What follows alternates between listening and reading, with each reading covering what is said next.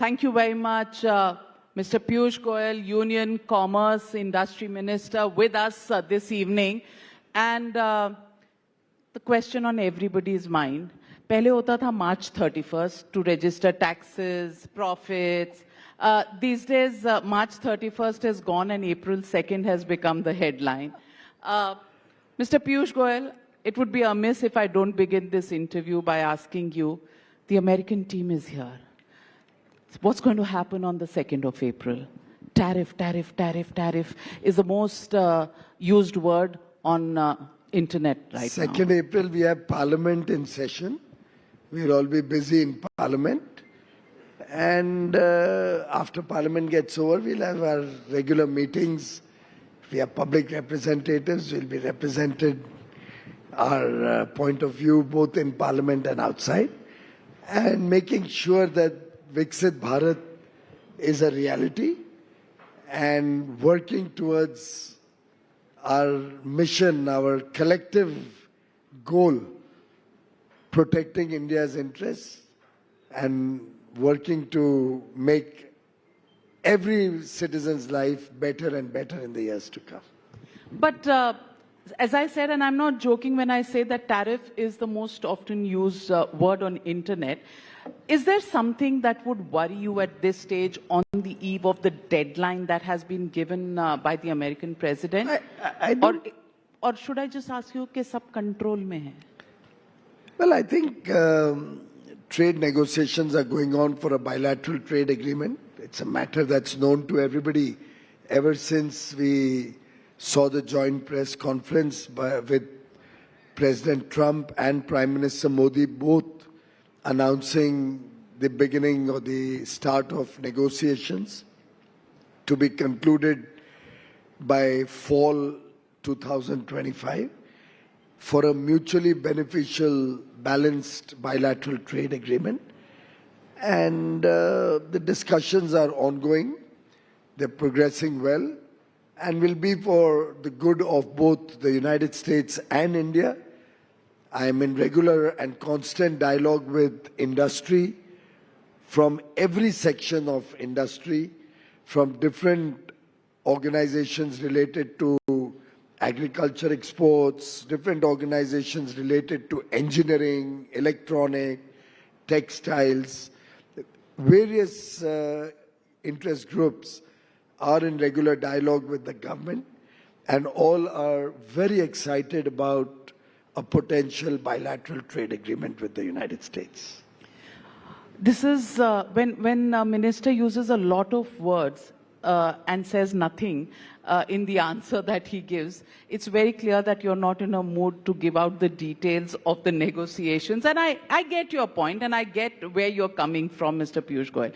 So let me ask you, Mr. Piyush Goyal, when you continue in your 11th year in Modi 3.0, when you continue to lament on the missed buses during the Congress regime. Many people, critics of your party, your government, ask the question, how long will you continue to blame the past and the Congress for it? Isn't it time you set up your own benchmarks? Blame ki baat nahi hai. This is about reality. I think those who don't learn lessons from history do so at their own peril. And it is important that, and particularly when we have a large section of the millennial population who does not remember, does not know much about what it was like before 2014, what it is like to have a government ridden with lakhs of crores of scandals tumbling out of the closet every month, what it is like to have a country which has reconciled itself to a nominal 4-5% Hindu rate of growth, what it is like to have double-digit inflation for years on end, what it is like to live in a country where your fundamental rights and freedoms are snatched away. I'm talking about the emergency. Now, all of these are lessons of history, which is important for the next generation also to learn from.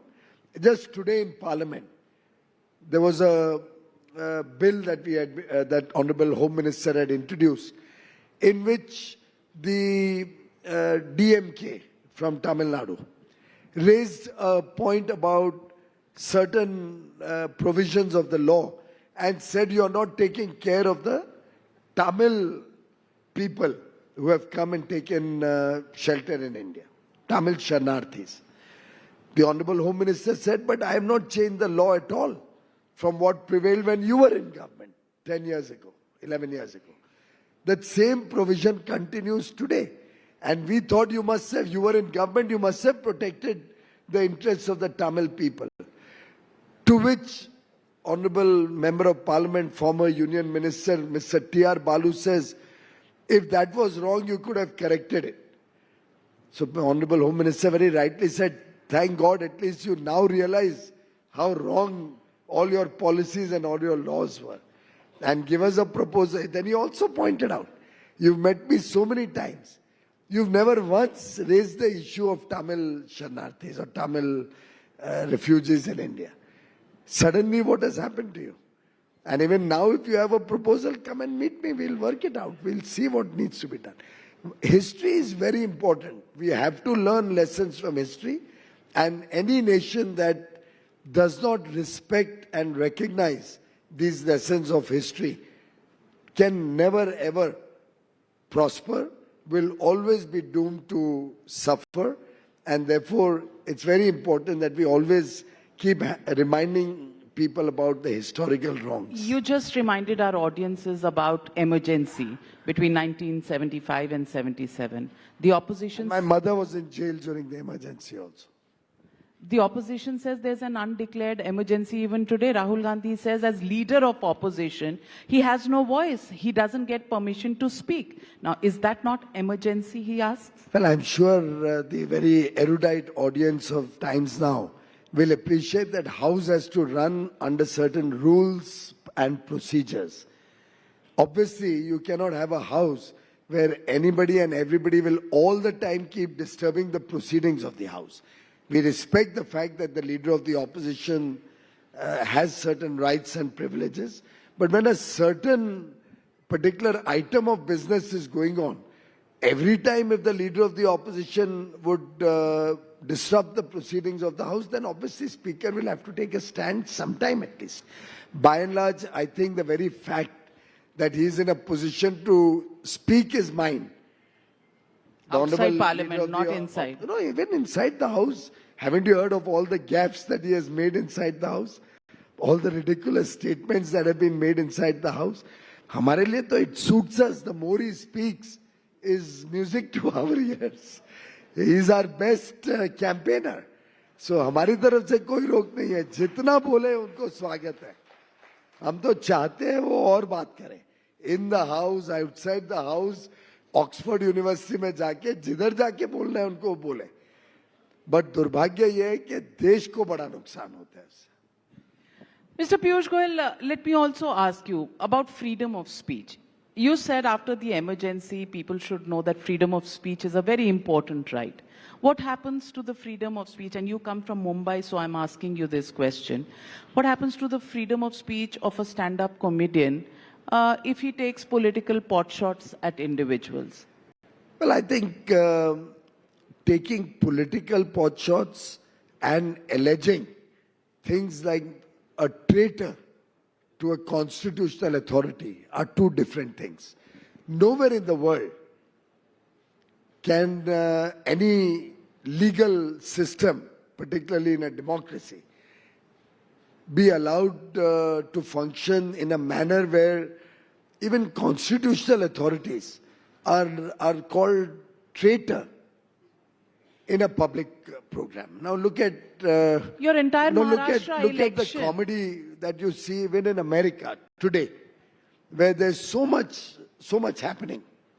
Even I watch so many shows, even in the United States of America.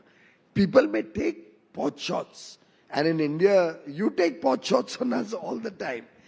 But I don't think calling a high constitutional authority a traitor falls within the freedom of expression and speech. I'm sure you are... Your entire Maharashtra campaign from both sides was about Gaddari.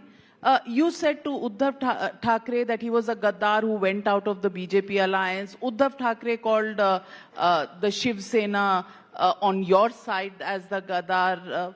It was The throughout the politics. Asli Shiv Sena, you mean? You call it Asli, they don't, so. तो जनता ने फैसला सुना दिया है ना असली But I'm saying Gaddari was the theme of the campaign. How can that word become unconstitutional because a comedian says it? Don't think any of us has used the word Gaddar for high constitutional authorities. I suspect we would have attacked each other politically. We would have certainly raised political issues. We do feel we were stabbed in the back by the Uddhav Thackeray faction, despite having won the 2019 election. उसको क्या कहते हैं हिंदी में? Together, but we have never. उसको क्या कहते हैं? But we have never said that गद्दार नहीं था. because that really is a word that has seditious tendencies or seditious meanings. It's not a banned word. Well, there's so many words which are not banned. Backstabber को क्या बोलते हैं हिंदी में? नहीं, मुझे हिंदी में बोलते हैं जिन्होंने हमें हमारे साथ धोखा किया. धोखेबाज is better than गद्दार.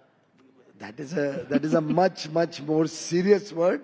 हिंदी की डिक्शनरी को गूगल कर लीजिए, दोनों में आपको जमीन आसमान. Are you saying धोखेबाज is better than गद्दार? Comedians can use धोखेबाज. राजनीतिक ईमानदारी उन्होंने जो नहीं दिखाई वो एक परिपेक्ष है, और जिस प्रकार का शब्दावली इस्तेमाल की गई है और उसके ऊपर जो स्वाभाविक रूप से जो आलोचना हुई है उसका दोनों का मेल नहीं है. I mean, you can try and connect. Alochna is one thing. I have no problem with criticism, but vandalism, where does that stop? Or just because the vandals are part of a political party, they should be given a free run? Well, I'm sure the law will take its own course. Bulldozer Nagpur में तो आपने भेज दिया, शिव सैनिक्स पर कब भेजेंगे? असली शिव सैनिक्स पर हमने नहीं करना है, वो कानून उसका अपना रास्ता नहीं. कानून ने तो आज बोला है कि आप बुलडोजर नहीं भेज सकते. बुलडोजर तो परसों चले गए थे. नहीं, वो अलग विषय था, वो इसका संबंध नहीं है. पर वो उन्होंने अनऑथराइज कंस्ट्रक्शन की थी. अच्छा. अनऑथराइज कंस्ट्रक्शन के ऊपर जिस प्रकार से उद्धव ठाकरे की सरकार ने कार्रवाई की थी अनऑथराइज कंस्ट्रक्शन पर, उसी दिन हुई जिस दिन औरंगजेब वाला बवाल हुआ. उसी दिन you discovered unauthorised construction. Mister Piyush Goyal, हम तभी कभी गए नहीं है उस तरफ. वो तो कानून के लोग, आप नागपुर नहीं गए? अथॉरिटी के लोग हैं, वो ही गए होंगे. आप नागपुर नहीं गए? नागपुर तो हमारा जीवनी है वहाँ पर. तो फिर नागपुर में इतनी अनऑथराइज कंस्ट्रक्शन चल रही थी, आपको पता ही नहीं चला? अनऑथराइज कंस्ट्रक्शन तो मेरे भी एरिया में मलाड में एक एमएलए कर रहा है, उस पे भी हम अथॉरिटीज के साथ लगे हुए हैं. वहाँ पे अलायंस पार्टी से है कि ऑपोजिशन से? जिस भी पार्टी से है, जो कर रहा है मिस्टर असलम शेख, उसके एरिया में कार्रवाई तो करवा रहे बुलडोजर हैं. चलेगा. उसके एरिया में हम कार्रवाई करवा रहे हैं. हाँ, तो असलम शेख है तो बुलडोजर चलेगा. दिस इज व्हाई जो भी अनऑथराइज कंस्ट्रक्शन करेगा उधर हम कार्रवाई. इसीलिए तो वो एआईएम, पीएलबी और सारी पॉलिटिकल पार्टीज अब खड़ी हो गई हैं और कह रही हैं आप मुसलमानों को दबा रहे हैं, ये वक्फ रिफॉर्म्स जो आप कर रहे हैं. देखिए, पहली बात तो सब लोग के ध्यान में आए इसके लिए मैं बताऊं कि वक्फ और वक्फ बोर्ड दो अलग अलग चीजें हैं. Waqf board is only administering the various trust that people have made. जो ट्रस्ट कोई मुस्लिम व्यक्ति बनाता है फॉर हिज प्रॉपर्टीज, उसको वक्फ कहते हैं, वो ट्रस्ट है. और जो वक्फ बोर्ड है वो एक प्रकार से चैरिटी कमिश्नर का काम करता है. जो काम चैरिटी कमिश्नर करता है उसी प्रकार से वक्फ बोर्ड इन सब ट्रस्ट को एडमिनिस्टर करता है. तो मुझे लगता है ट्रस्ट की एडमिनिस्ट्रेशन में सुधार लाना, ये मांग मुस्लिम कम्युनिटी से ही उठी थी, क्योंकि कई लोगों की प्रॉपर्टी अनाप शनाप तरीके से लोगों ने कब्जा कर लिया था. 2013 के कानून में तो दिल्ली की कई सारी प्रॉपर्टीज को हड़पने के लिए इस्तेमाल किया गया था, वक्फ बोर्ड को मिसयूज किया गया था. और मैं समझता हूं कि एक प्रकार से बहुत राहत मिलेगी हजारों हजारों लोगों को जिनके साथ अन्याय हुआ है, और ये सिर्फ एडमिनिस्ट्रेशन है। इसमें कोई भी मुस्लिम व्यक्ति के ऊपर या मुस्लिम व्यक्ति के कारोबार में या उनके कामकाज में या उनके दिनचर्या में किसी भी प्रकार का दखल अंदाजी नहीं है। पर वक्फ बोर्ड का काम है, जो वक्फ बने हैं, जो ट्रस्ट बने हैं, वो ठीक से एडमिनिस्टर हो, उतना काम वक्फ बोर्ड करता है। So Waqf bill will be amended on one side and Saugate Modi will be sent on the other side. Will be sent? Saugate Modi, the Eid gift. नहीं, वो तो बड़े अच्छी खुशखबरी है कि ईद पे हमारे मुस्लिम भाई बहनों को, हमारे जो कार्यकर्ता है, उन सबको हम ईदी भेज रहे हैं। तो सिर्फ कार्यकर्ताओं को तो नहीं है, वो कह रहे हैं कि गरीब मुस्लिम। होली पर तो कुछ नहीं भेजा आपने गरीब हिंदुओं को। चलिए अगले साल आपको होली पे, दिवाली आने वाली है, दिवाली पे भी रंग के त्योहार पे आपको रंग दिवाली भी आने वाली है, दिवाली की मिठाई। देखिए पर्सनली जहां तक मैंने अभी आपने दिया, मैंने आपको भी बताया कि मैं छोड़ के जाने वाला हूं, मैं कोई लेता नहीं हूं गिफ्ट। तो मेरे बारे में तो आपको मालूम है, neither do I give a gift nor do I accept any gift from anybody. वो हमने 13 साल पहले निर्णय ले लिया था, कोई लेना नहीं है किसी से, देना ना लेना ना देना, ना लेना ना देना। और दिवाली का मतलब इसी में आपने रफा दफा कर दिया। इससे आपको भी हमको दिवाली पे भेजते नहीं है। नहीं, this is about the messaging, and I'm asking you about the messaging because social harmony has a very direct linkage with the development of a country, with the growth of the economy, and many people. You talk about the professional class. They say, in our society, there is too much of conversation on Hindu-Muslim.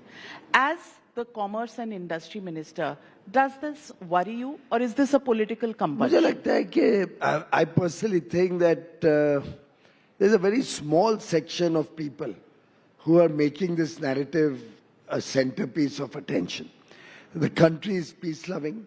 I don't think anywhere in the country today there is any discord. The minorities in India are respected the most compared to any other part of the world. I think every minority in India gets respect. Every minority in India has equal opportunity. But if a certain small section of society tries to glorify that the tomb of Aurangzeb, for example, is something that they're going to glorify or to make it larger than life, then there will be a reaction, counter-reaction. So I think it's important that we all maintain peace and harmony, but certainly nobody has the business of glorifying invaders in this country, of celebrating a cricket match that we lose and somebody else wins, just on the basis of religion. Jitna tolerant as Indians are, I don't think you will find any other part of the world that level of tolerance. Mr. Piyush Goyal, I also want to ask you, are you satisfied with the pace of growth that you see in terms of investment, in terms of the GDP, and in terms of the various efforts that you're making in the direction of manufacturing to make India an alternative to China? Prime Minister Modi has always taught us never to be satisfied and always to be aspirational for bigger and bigger targets and bigger goals. So while our Indian economy has grown from the 10th or 11th largest to the 5th largest already, and in the next 2.5, 3 years will become the world's 3rd largest economy, something which Mr. Chidambaram had said will take 30 years, we will be doing in 13 years. Look at the drastic difference. What we inherited from Mr. Chidambaram and Manmohan Singh, the UPA government, a fragile economy, fragile five, one of the 5 weakest economies in the world. In 10 years, we've converted to the top 5 economies of the world. What we had inherited as low growth, high inflation, low foreign exchange reserves, hardly any confidence in the economy, low foreign investment, low private sector investments, a broken banking system, all of that has changed the perception of the world towards India, the desire of the world to trade and invest in India, the confidence that the Indian people have today, which is demonstrated in the way we have become the world's fastest growing economy, the fact that our forex reserves are at record levels amongst the top 4 or 5 in the world, the fact that our growth is high, our inflation is low, our passport today in the world carries more respect than ever before. All of these are a matter of satisfaction. But should we rest on our laurels? Prime Minister Modi never allows us to do that.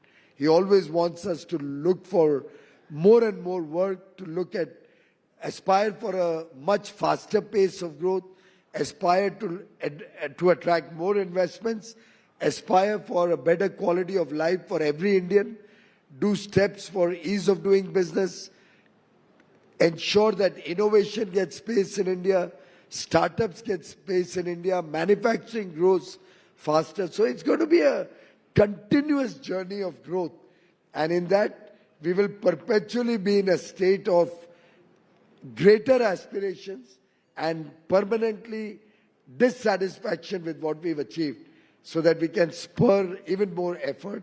Prime Minister Modi had said when the people of India elected him for the 3rd time, and a record 3rd time, only paralleled by what Jawaharlal Nehru ji had got, that he will work with 3 times more speed, he'll put in 3 times more effort, the work that he will do will have 3 times more impact on the lives of the people of India.